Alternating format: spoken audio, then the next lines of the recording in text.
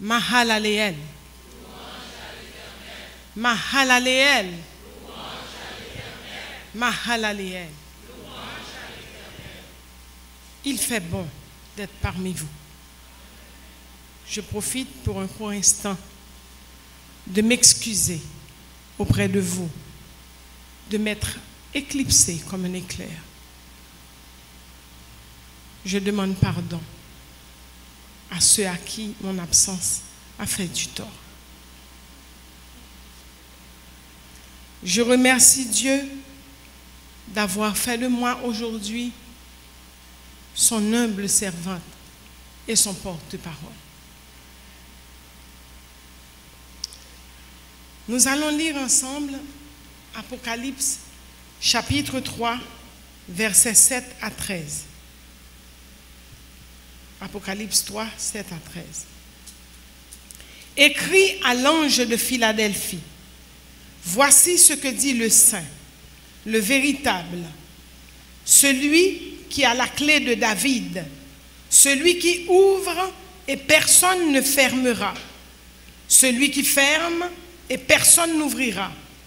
Je connais tes œuvres. Voici, parce que tu as peu de puissance, parce que tu as gardé ma parole et que tu n'as pas renié mon nom, j'ai mis devant toi une porte ouverte que personne ne peut fermer. Voici, je te donne de ceux de la synagogue de Satan, qui se disent juifs et qui ne le sont pas, mais qui mentent. Voici, je les ferai venir se prosterner à tes pieds et connaître que je t'ai aimé. Parce que tu as gardé la parole de la persévérance en moi, je te garderai aussi à l'heure de la tentation qui va venir sur le monde entier pour éprouver les habitants de la terre. Je viens bientôt. Retiens ce que tu as, afin que personne ne prenne ta couronne.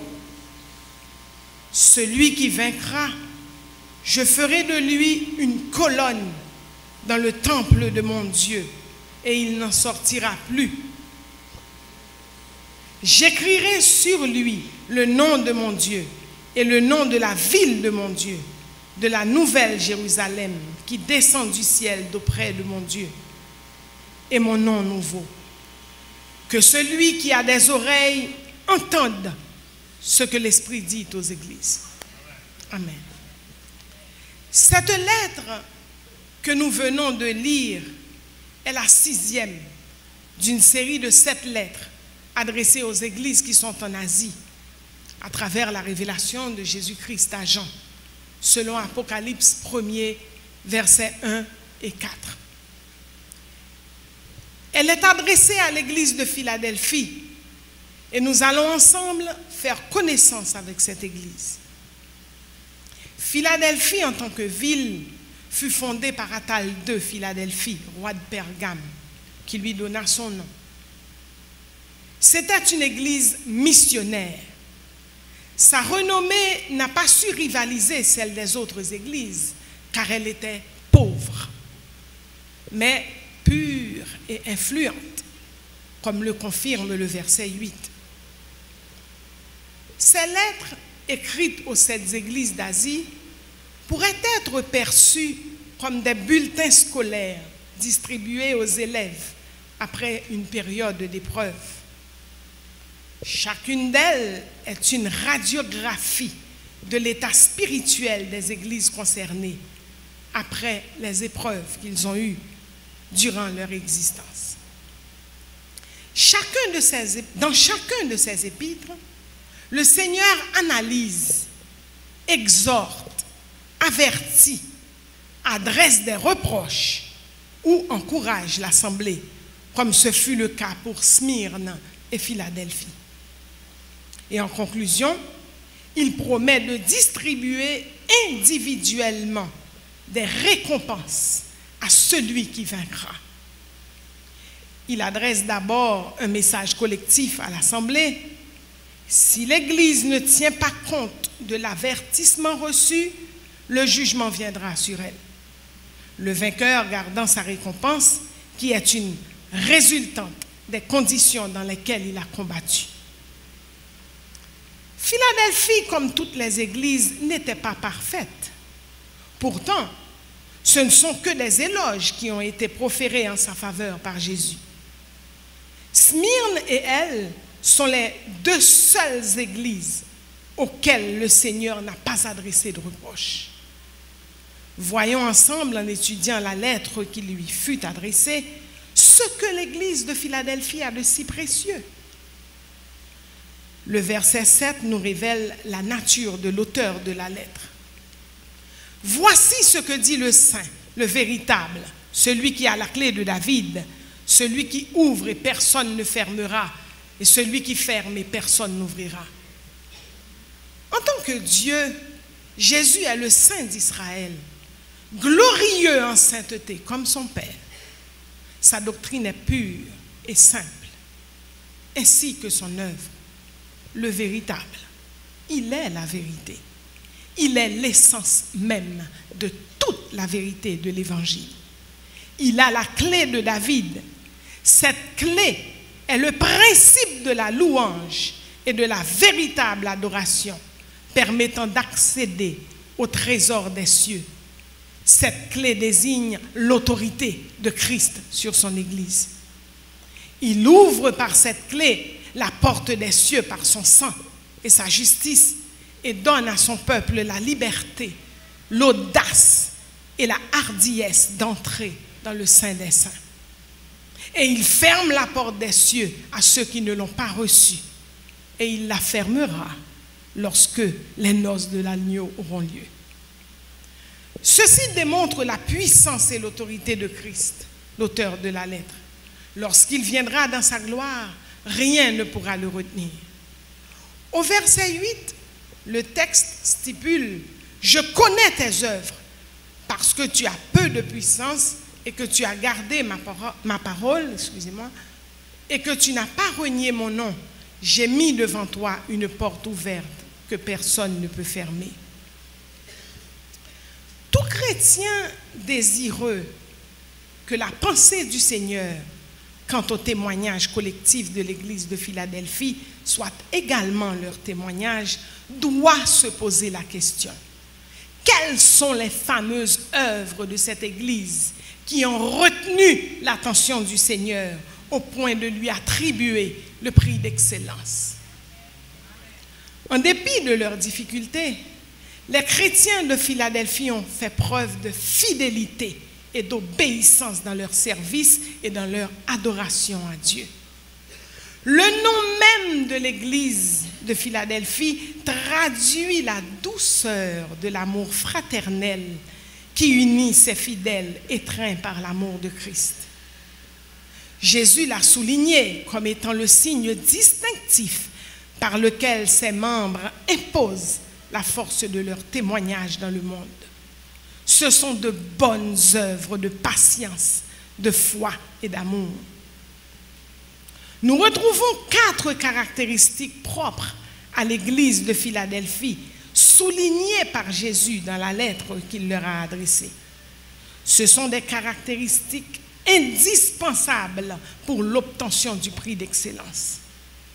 La première caractéristique est sa faiblesse, son manque de puissance, son peu d'apparence. Voici, dit Jésus, parce que tu as peu de puissance. L'état de faiblesse apparente dans lequel se trouve l'église de Philadelphie pourrait être considéré comme un handicap.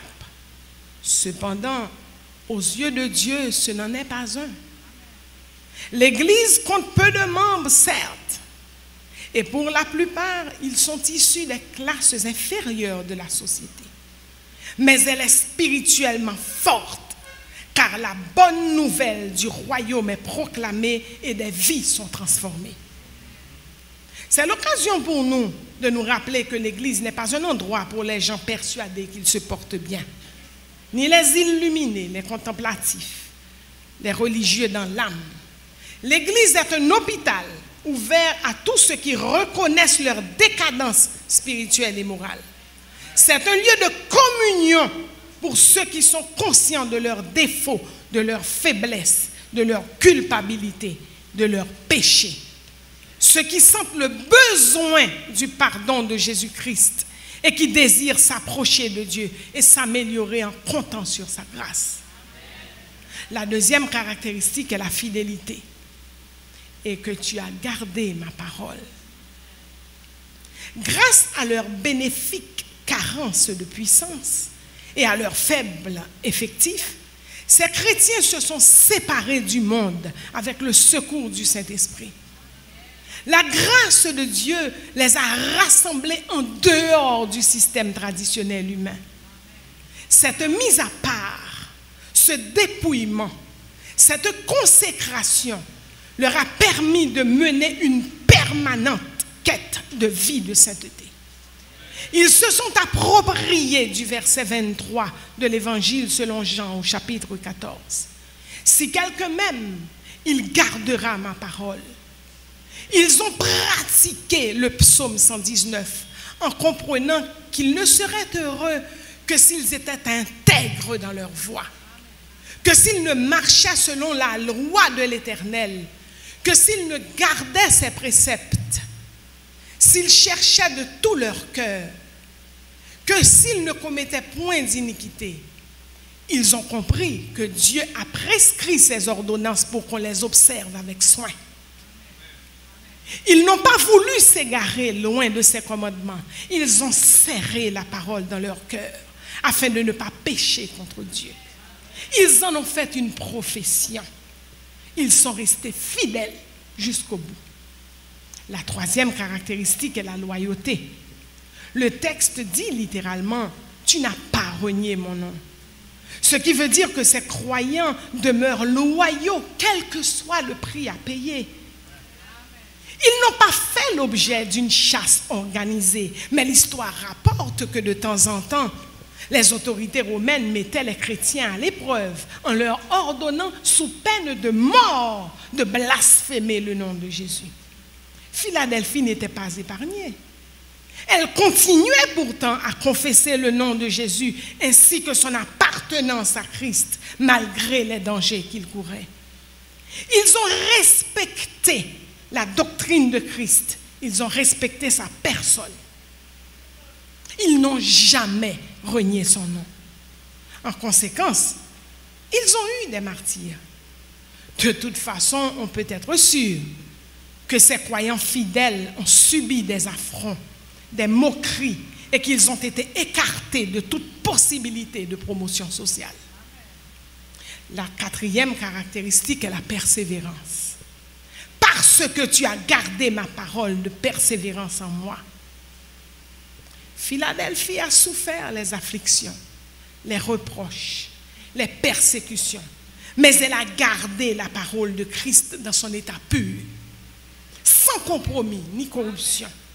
Elle a cru à la promesse du retour de Christ. Elle est restée ferme, patiente, inébranlable. Elle a persévéré jusqu'au bout. Et parce que, ou à cause de cela, dit Jésus, j'ai mis devant toi une porte ouverte que personne ne peut fermer. Cette porte symbolise une grande liberté de pensée pour les prédicateurs. Elle symbolise l'opportunité de prêcher l'évangile et une grande attention pour ceux qui les écoutent, car leurs cœurs auront été ouverts pour observer, recevoir et accepter l'évangile. C'est aussi une opportunité de ramener les âmes à Christ. Cette porte ouverte représente le chemin pour la conversion des gens attirés par Christ. Elle symbolise finalement la porte de l'enlèvement qui sera ouverte grâce à la louange et l'adoration, grâce aussi à notre intimité avec Dieu. Ceux qui font partie de cette église qui a la clé de David ne verront pas la mort. La récompense ne s'arrête pas à cette unique promesse. Voici ce qu'il promet d'autre. Je te donne de ceux de la synagogue de Satan qui se disent juifs. Au verset 11, Jésus ouvre les yeux des chrétiens de Philadelphie en disant « Je viens bientôt ». Il réaffirme sa venue Nous devons à tout moment nous focaliser sur cette promesse certaine, véritable et prochaine. Et il continue en disant, retiens ferme ce que tu as, afin que personne ne prenne ta couronne. Et il s'adresse à celui qui vaincra. Et termine en disant que celui qui a des oreilles entende ce que dit l'Esprit aux églises. Cette mise en garde nous concerne directement, car nous, les chrétiens d'aujourd'hui, sommes ceux qui entendent cette parole. Que faut-il donc que nous retenions ferme? Tout d'abord, précisons que tenir ferme veut dire s'accrocher, résister, gérer ce qu'on a gagné. Pour ce faire, seul le chrétien soumis au Seigneur et à sa parole et revêtu de toutes les armes de Dieu, donc rempli du Saint-Esprit, peut tenir ferme contre le diable. Il nous faut aussi comprendre que la déclaration à celui qui vaincra est répétée dans toutes les lettres adressées aux églises. Elle nous réfère donc à une lutte acharnée.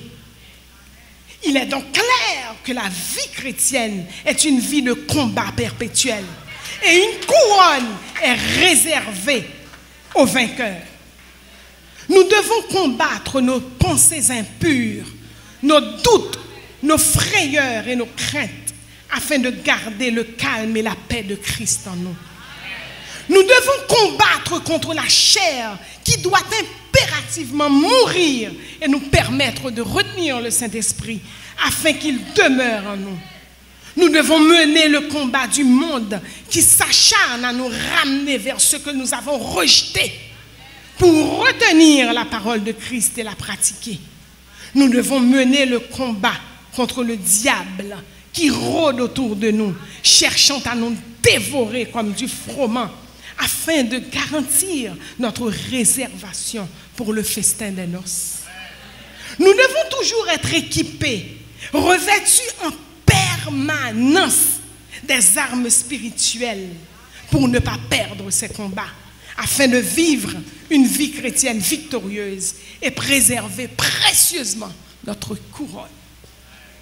C'est ce qui a porté l'apôtre Paul à dire dans 2 Timothée 4, versets 7 et 8, « J'ai combattu le bon combat, j'ai achevé la course, j'ai gardé la foi. » Combattons, nous aussi, en sorte de pouvoir dire, « J'ai accepté Jésus-Christ, j'ai marché selon ses instructions malgré toutes les oppositions. J'ai accompli ma mission sur la terre. Je n'ai pas abandonné la course. Maintenant, c'est avec assurance que j'attends ma couronne. » Nous devons tout d'abord tenir ferme l'assurance et la gloire de l'espérance. Comme nous dit Hébreux 3, verset 14, nous sommes devenus participants de Christ pourvu que nous retenions fermement jusqu'à la fin l'assurance que nous avions au commencement. C'est le privilège précieux de tous les vrais chrétiens. Ils marchent dans ce sentier que Jésus a lui-même frayé. Et ils parviendront au même but que celui qui est le chef de la foi et qui l'amène à son accomplissement. Enfants de Dieu, restons fermes dans la foi jusqu'à la fin de notre course ici-bas. Hébreux 10, verset 23 nous dit « Retenons fermement la profession de notre espérance, car celui qui a fait la promesse est fidèle. » Nous devons deuxièmement retenir ce qui est bon. 1 Thessaloniciens 5, versets 21 et 22 nous dit « Mais examinez toutes choses, retenez ce qui est bon, abstenez-vous de toute espèce de mal. » Membres actifs et adhérents de Mahalaléen, examinez-vous. Et dans les domaines où vous êtes sûrs de marcher selon la volonté du Seigneur, retenez ce que vous faites de bon, afin de lui plaire à tous égards. Votre convivialité est proverbiale. Votre façon particulière de vous aimer les uns les autres et de vous soutenir dans la joie comme dans la douleur est à enraciner profondément dans vos vies et à faire fructifier. Cet esprit de famille dans tout ce que vous entreprenez est à conserver précieusement. Votre poursuite de l'excellence dans vos moindres activités, joyeuses ou douloureuses, doit être conservée jusqu'au bout. Votre fraternisation dans les cérémonies de Sainte Seine, comme dans l'ordonnance de se laver les pieds, est unique. Elle vous caractérise et vous donne une saveur spéciale dans votre façon d'adorer Dieu.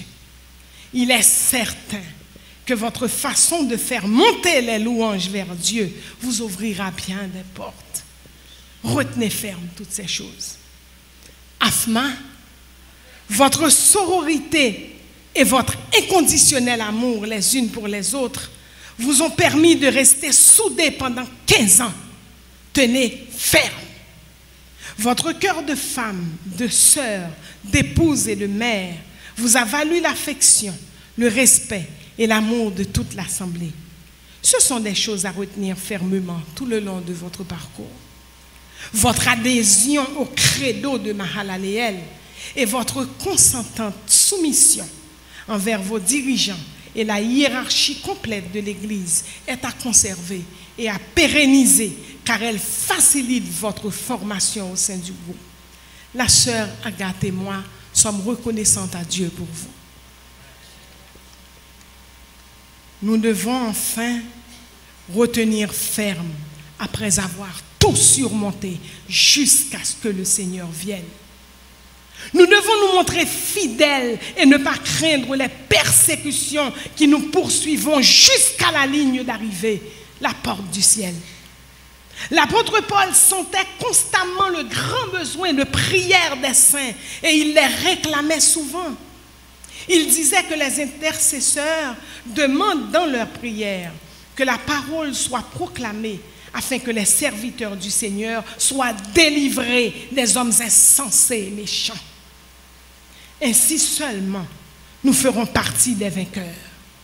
Nous ne poursuivons pas tous le même but. Vous devez en être conscients.